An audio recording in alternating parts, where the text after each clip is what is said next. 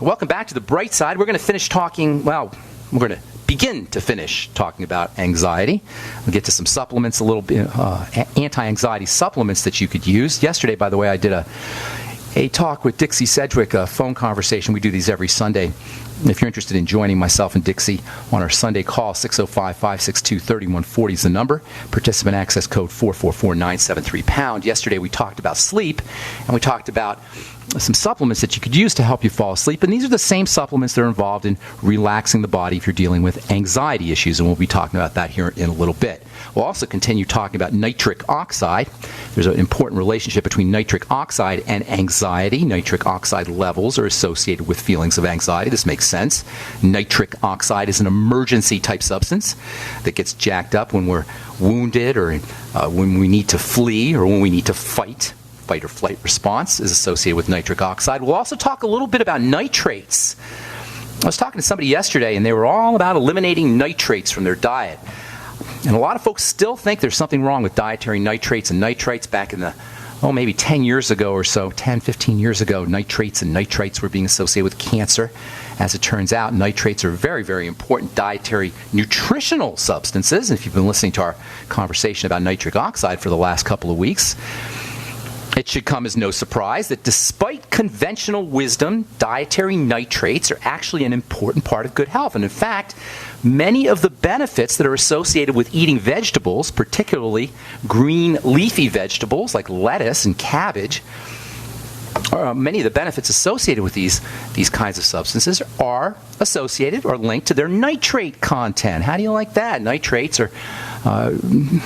Heretofore, we've been taught that nitrates are cancer-causing. You got to eliminate nitrates, but as it turns out, nitrates are actually a very important part of a healthy diet via their connection to green leafy vegetables. Plants and nitrogen go hand in hand, as we've said so many times in this program. And, of course, nitrogen goes into making nitrates. Anyway, we'll be talking about that here in a little bit. For now, I just want to say a few more things about anxiety from a health perspective. The essence of life is polarity. Life is about polarity. Without polarity, nothing exists. Polarity can be thought of as opposites.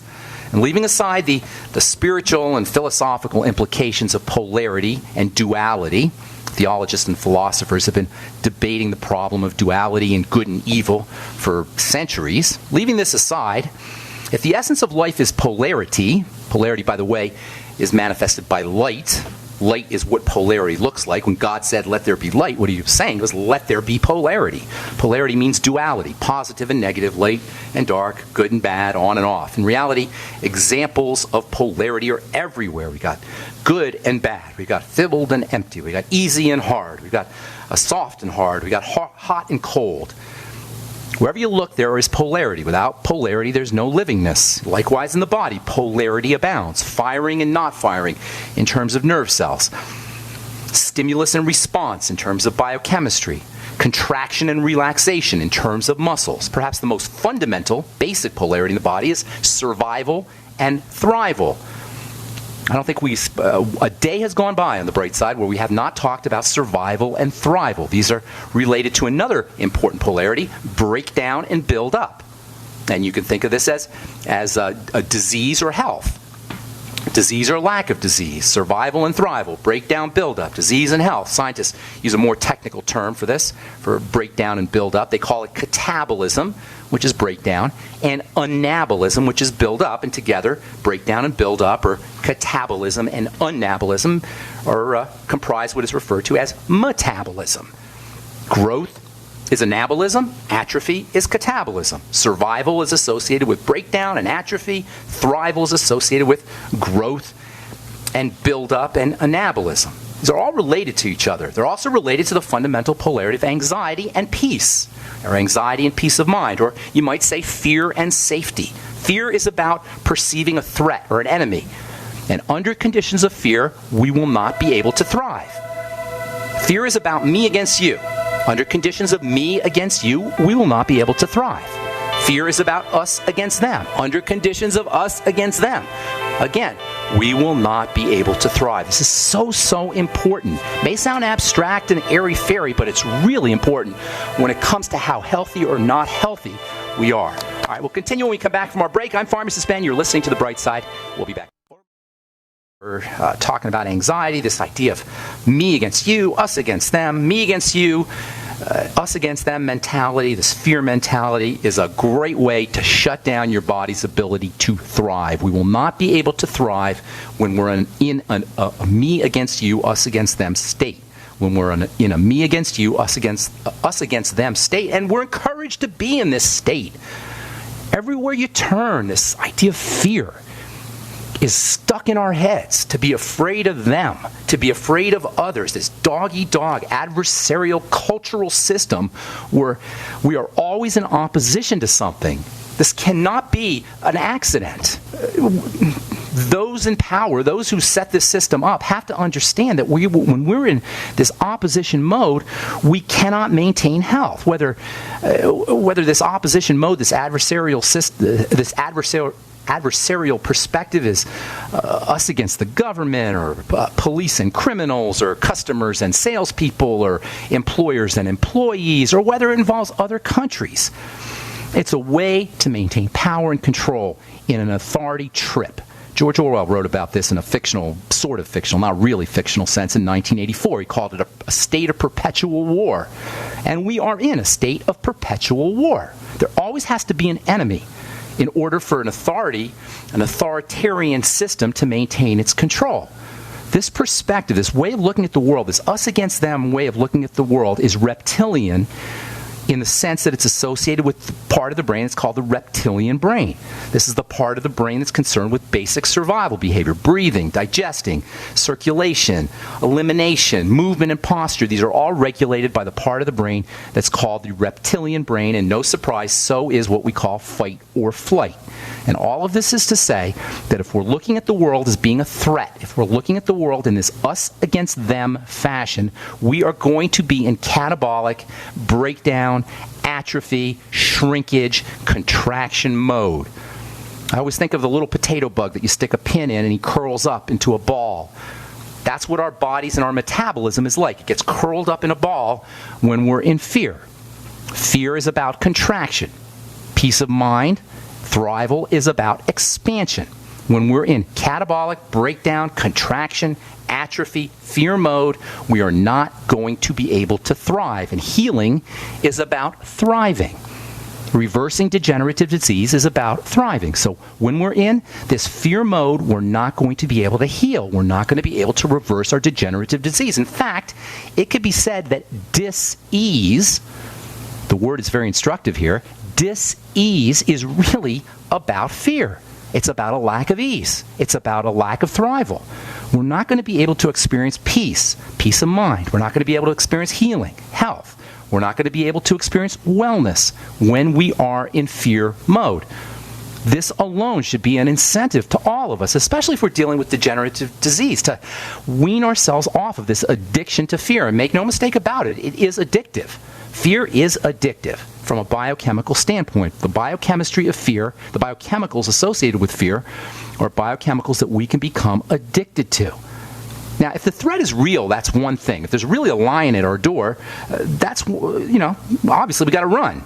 If the threat is real, we got to get out of the situation. We don't have time to concern ourselves with thrival or healing or building muscle or supporting the immune system or fighting viruses. If there's a tiger around, we got to run. Viruses and bacteria and strengthening the immune system, they're for later. In other words, we're not going to be at our best from a biochemical or biological perspective when we are in this imaginary state, this imaginary fear state. Now, if we have to run, we got to run. If there's a lion around, there's a lion around. But for the most part, our fears are based on our imagination. To the extent that we're in fear for our survival, even if the threat is only imagined, we will be shrinking.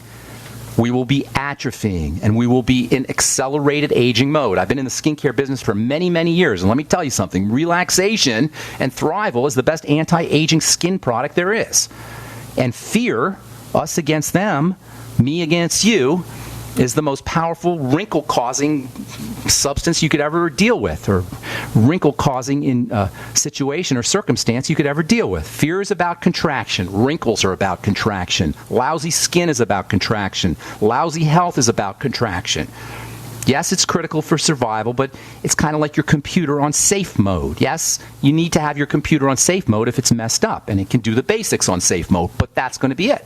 Safety, on the other hand, is about connection. It's about oneness. It's about unity, and it is associated with the healing process. We have to tell the body it's safe. We have to communicate to the body that it is safe.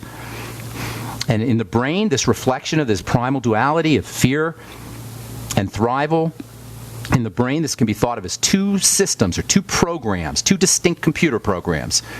Nature has hardwired into us bioelectrical pathways, nerves, if you will, that when they're activated will produce either the sensation of fear or the sensation of love, the sensation of peace, the sensation of safety. Fear is contraction, the opposite of fear, which is love, is expansion. And if you don't like the word love, safety. This is not anxiety. I'm not talking about anxiety when I talk about fear. Anxiety is a kind of low-level, sustained version, long-term version of fear.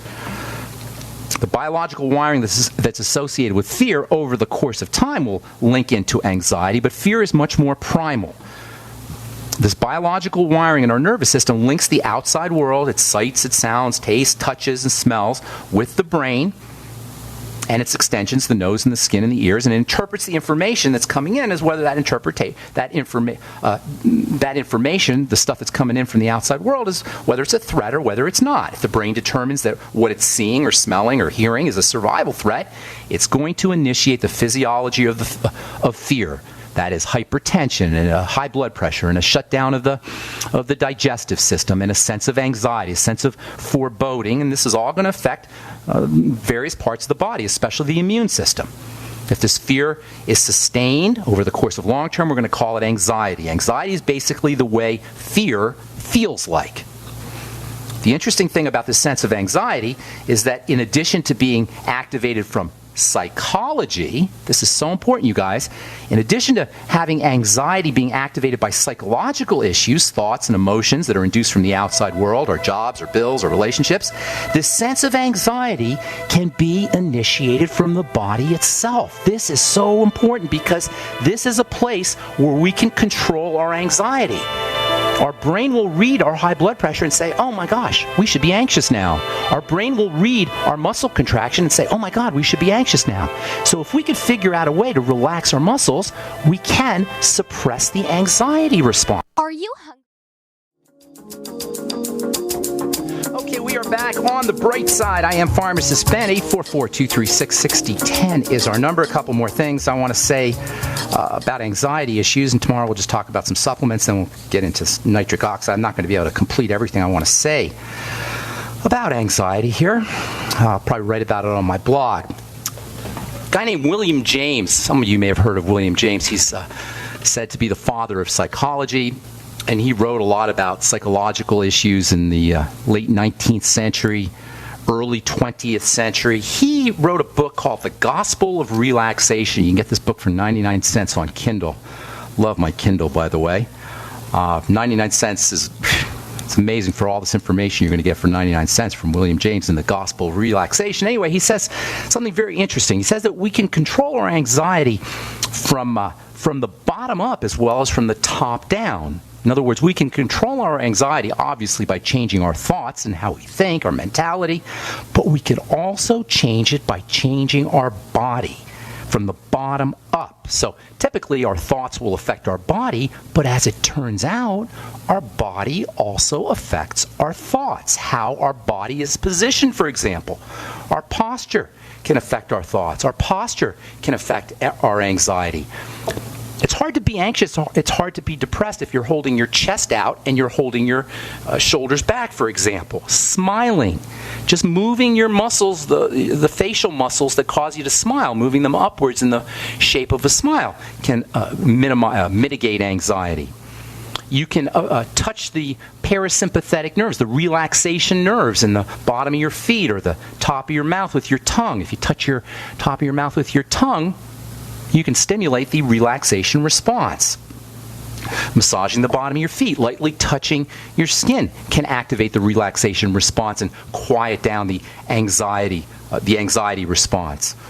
Deep breathing. We've talked about this. We talk about this all the time. Slow, deep breathing is probably the best way to reduce the anxiety response. Relaxing the muscles, hot water, immersion therapy.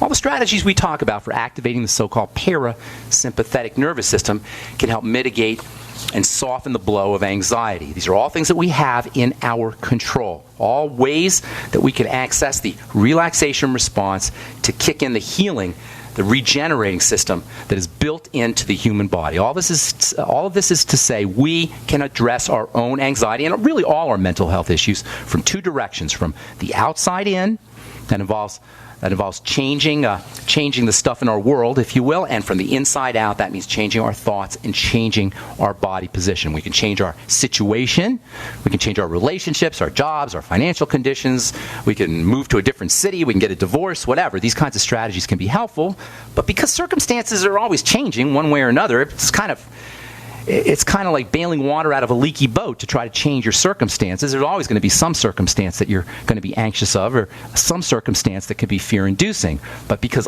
the core of anxiety is in the body, it's much simpler to change anxiety-inducing situations, to change anxiety from the inside out, whether it's changing our thoughts, mentality, or by changing our bodies. All right, tomorrow we'll talk about some nutritional supplements that we could use to change our brain chemistry, to go from fear mode to thrival mode, to go from survival mode to thrival mode. And it should come as no surprise that nutritional deficiencies are a great way to induce anxiety, especially when it involves the digestive system. We'll talk about that tomorrow as we continue talking about anxiety, and then we'll get to some stuff about nitrates and nitric oxide as well. I'm Pharmacist Ben. You're listening to The Bright Side on the Genesis Communication Network. 844-236-6010 is our number. Patty in Kansas, welcome to The Bright Side. Yes, I was wondering... Go ahead. Yes, I have a friend that's on Warfarin, and what can she substitute for that? Well, there's no substitute for warfarin. I get this question a lot. You don't substitute for drugs, okay? You don't take... Okay. You don't want to think about it that way. Warfarin, also known as rat poison, because it's a major blood thinner, awful drug, one of the most awful. Blood thinning drugs are among the most awful of all therapeutic classifications. The blood thinning classification is among the most hideous because the body doesn't want to be forced to thin the blood. The body doesn't like playing around with the blood. The blood is the sacred space, and to pharmacologically induce blood thinning with a drug is a very, very poor medical strategy. It's based on science from the early 20th century and the mid-20th century. It's really a bad idea.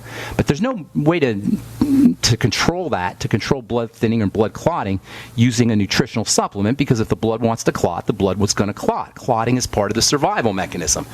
There are nutrients that will thin the blood, but more importantly, you want to ask, why is the blood clotting in the first place? And you'll always find that it's because the blood is dirty.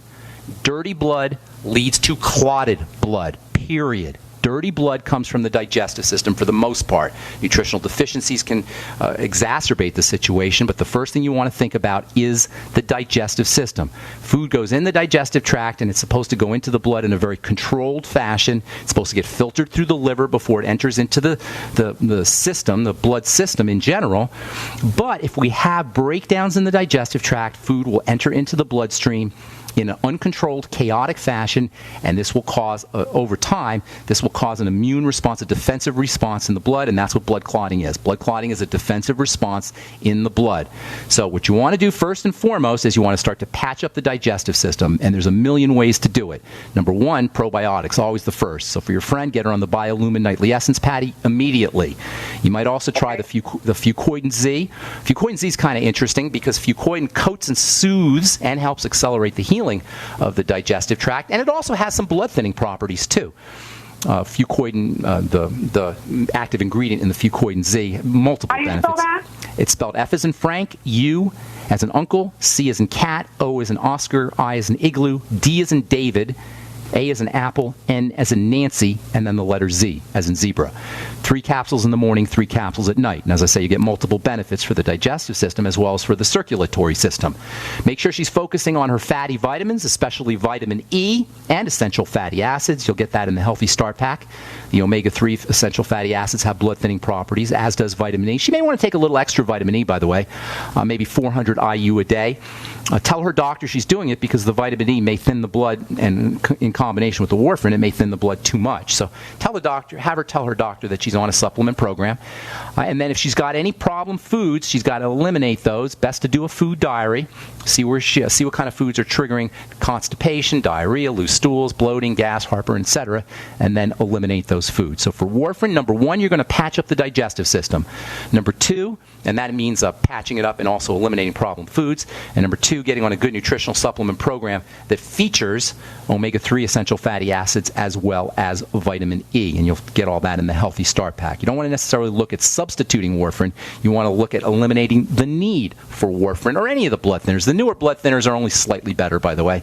And blood thinning should always, always, always be regarded as a sign of a body in distress. Emergency mode in the body. The blood will clot because the body thinks, oh my God, I'm going to be eaten by a tiger. We better clot the blood so we don't hemorrhage to death. That's why they give you blood thinners after surgery. After surgery, the blood will clot really quickly because obviously surgery is like being eaten by a tiger, basically. And so the blood clotting response kicks in immediately after surgery, and they'll put you on heparin and warfarin and send you home with Coumadin or some blood thinner for months at a time. So warfarin, Coumadin, blood thinning, blood clotting, these are all part of the body's stress response. Calm the body down. By the way, deep breathing is another way to thin the blood.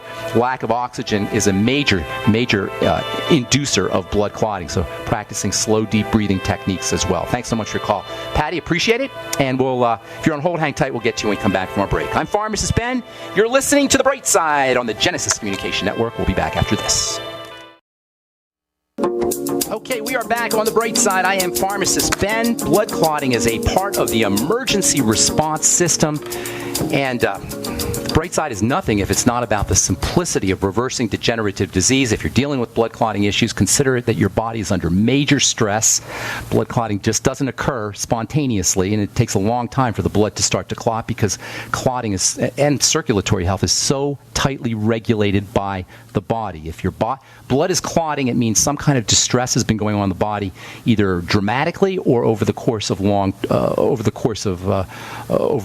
long term.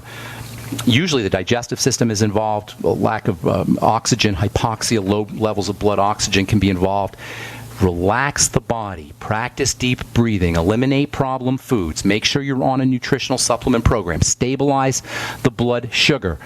All of these are all general health strategies, and it should come as no surprise they're going to be important for circulatory system health as well. If you're looking for specific supplements, as we were saying, vitamin E and omega-3 fatty acids are associated with blood thinning. However, you don't want to look at using nutrients the way doctors use drugs. That's called allopathic nutrition, where you use nutrients like drugs, and even though nutrients can have a medicinal effect on the body, you don't want to think about it that way. You want to think about nutrients as being part of a good overall health program and good food and digestive strategies as well, rather than using nutrients to target specific health illnesses the way doctors use drugs to target nutritional specific health issues. All right, Charlie in Kentucky, what's up? Welcome to the Bright Side, buddy. Hi, Ben. Thank you. I'm going to have mole removed, and I was wondering if you could tell me what products to use before and after. Topical vitamin C before and after. As a matter of fact, why don't you send me an email, ben@ksco.com. Say Charlie from Kentucky is going. Just put in the headline, in the subject, Charlie from Kentucky. Put your address and your phone number in there, and I'll send you out a freebie. Topical vitamin C. And we'll be selling this product here in the next couple of weeks, too. But it's really, really important to use vitamin C on any area that's going to be cut before surgery as well as after surgery. All right? Topical vitamin C. Yeah, send an email, ben@ksco.com, and give me a couple days to get to it, and I'll send it out to you. Topical vitamin C, fatty vitamin C, always. It's hard to find fatty vitamin C, which is why I came up with the Truth products, which are going to feature fatty vitamin C, lipophilic vitamin C, as it said. Anything else? Great. All right. Thanks, Charlie. Thank you, May. All right. Take care, buddy. All right, Steve in Florida, what's up? Welcome to the Bright Side. Do we have Steve? Steve? Sure. Hey, what's up, man? Hey, how you doing? It's good talking to you again, Ben. Hey, good to talk to you. What's going on? I had a two-part question for you. Sure. I got off of Metoprolol I've been on it 7 years. I got off of it. I was off of it a few months. I had. Hey, Steve, I'm having a hard time hearing you. You got me on speaker? Yeah. Okay, that's better. Now say that again. You got off of what? I got off the Metoprolol. Oh, Metoprolol. Okay, got it. Did you have high blood pressure, or did you have a heart problem, or what's the deal? Why'd they put you on? I had the white coat syndrome. Doctor. Okay. White coat syndrome. So in other words, just for the listeners, Steve, white coat high blood pressure is when you walk into the doctor's office, and just because of the doctor's office, you get high blood pressure. So of course he medicated you for that. You must have loved being on the Metoprolol. How'd that make you feel? Well, it made me feel pretty lousy. Actually, I got off of it with the doctor's help. I was off of it for 2 months, and I was hospitalized with AFib. Okay. And this was back in October, and they did an echocardiogram and saw I had a aorta leaking valve causing the problem. So they stuck me back on the Metoprolol and Lanoxin. Oh, my God. Just for the listeners, Lanoxin is another hideous cardiovascular heart drug that poisons the heart. That's how they're working on you, buddy. They're poisoning your heart. That's what the Metoprolol does. It poisons the heart. Make no mistake about it. They're not going to tell you that, but that's what it does. It poisons cardiocytes, heart cells, and the Lanoxin does exactly the same thing. This is the stupidity of the medical model. This is why I get so upset, and this is why I do this program. The logic of this is the logic they're using. We'll poison the heart to slow it down. That's what they're doing to you, and that way your blood pressure will be slower, and your heart will be less likely to go into arrhythmia. Do you want some help with all of this? Yeah, because my heart rate's already gone down to 43. Well, of course, it's poisoned. So here's what you need to do. And again, I hate to sound like I'm just repeating myself, but I am repeating myself because it's all basically the same thing. We talked about blood clotting with the last caller. We're talking about arrhythmias and hypertension with Steve, but it's the same thing. Hypertension, high blood pressure, cardiac arrhythmias, these are signs that the body is freaked out. It's just like you have a baby that's freaked out, except it's your body that's freaked out. So you got to love your body, just like you love your baby. You nurture your body like you nurture your baby. Number one, slow, deep breathing. We got to tell Steve, you got to tell the body it's safe. Your body thinks it's about to die. Your body thinks a tiger is about to bite your head off. You think your body wants to be in a chronic state of being afraid the head is going to come off of its body, off of your body? No. That's terrible. Now, you may notice that you have arrhythmias. You may notice that you have high blood pressure. But what you're not noticing is that you're aging at an accelerated pace and you're shortening your lifespan. So you got to calm the body down. First, practice deep breathing. Sit on the couch. Get yourself an app if you have a smartphone called My Calm Beat, or another one called Bio Breathing. Sit on the couch. Practice slow, deep breathing for 2 or 3 or 4 minutes at a time, once or twice a day. The more you do, the better. Just that alone is going to lower your blood pressure. White coat hypertension is the opposite. White coat hypertension is when you're freaked out by the doctor, so your blood pressure goes up. So we got to calm the body down. Yes, sir? But you know what? They're saying the aorta valve leakage is causing. Well, that's because it's under constant duress. Yes, it probably is. You probably do have at this point. You probably have some valve issues because your heart and your circulatory system are in constant duress. The blood is being pushed really hard. The pressure is much higher than it should be. All of this can affect the valves, of course. That makes sense. But the problem isn't the valve. That's the symptom. That's the sign of the problem. The problem isn't the hypertension. That's the sign of the problem. The problem isn't the arrhythmia. That's the sign of the problem. The problem is the body is under duress. Does that make sense how I'm explaining this? It does.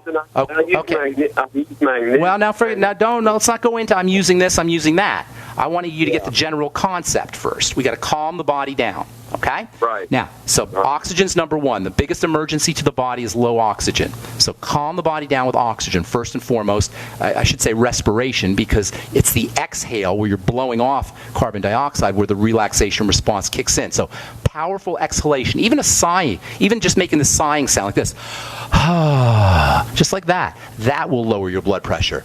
You can even feel it. Right. If you do that once, you'll even feel it. All right, no doctors required here. No medical model required here.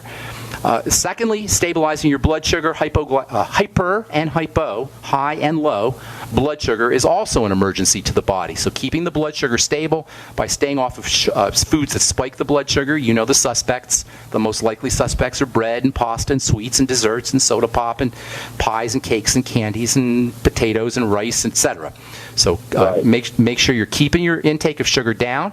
Dilute your blood sugar with more water. If you fall off the wagon, you eat dessert, make sure you're drinking a lot of water to dilute your blood sugar. Also, first thing in the morning, sometimes that helps. And then using nutrients that stabilize the blood sugar. Magnesium's a great one, by the way, so stay on that magnesium. Stay on that. Absolutely stay on that. Chromium and vanadium and the sweeties, those can also help stabilize the blood sugar. There's no more important nutrients for stabilizing the blood sugar and for calming the body down than the B complex and vitamin C. So make sure you're getting plenty of those, plenty of the B complex, plenty of vitamin C. The Beyond Tangy Tangerine is loaded with both of those.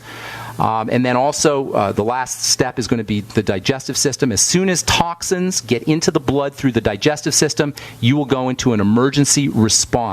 So you want to make sure that you're staying away from any foods that cause digestive distress. You may want to do a food diary to control that, to monitor foods that are causing digestive distress, and then of course eliminate those foods.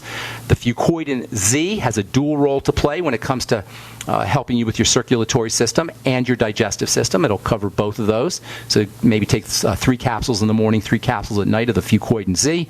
The Biolumin Nightly Essence probiotics are very important. If you got the wrong kind of bacteria or not enough of the right kind of bacteria in the gut, that can cause blood reactions, especially problems with with high blood pressure, hypertension, also maybe some heart problems. So make sure you're using the Biolumin Nightly Essence, 3 capsules in the morning, 3 capsules at night. If you can fast, that will help your circulatory system in a dramatic fashion. 1 day a week or intermittently fasting, picking a day to just not eat. If you have a hard time with fasting, use the Suero V from Longevity. For Jordan Rubin's Suero V, you can find out about that on my website, brightsideben.com. I love the Suero V. It makes a fast really easy to do, and everybody should be practicing intermittent fasting, whether you're dealing with a chronic degenerative disease or not. Listen, you guys, health is not complicated. Health is not a doctor issue. Unless you've been hit by a bus or, some kind of traumatic injury takes place, it's none of the doctor's business what's happening in your blood. It's none of the doctor's business what's happening in your blood sugar or in your digestive system. It's our business, and we have the power. That's all the time we have for today. Thanks so much for listening, folks. We'll continue talking about anxiety, get to some supplements for anxiety tomorrow, and then continue talking about nitrates and nitrites. I'm Pharmacist Ben. You've been listening to The Bright Side. Have a spectacular, wonderful, beautiful day. We'll talk to y'all later, folks. Bye for now.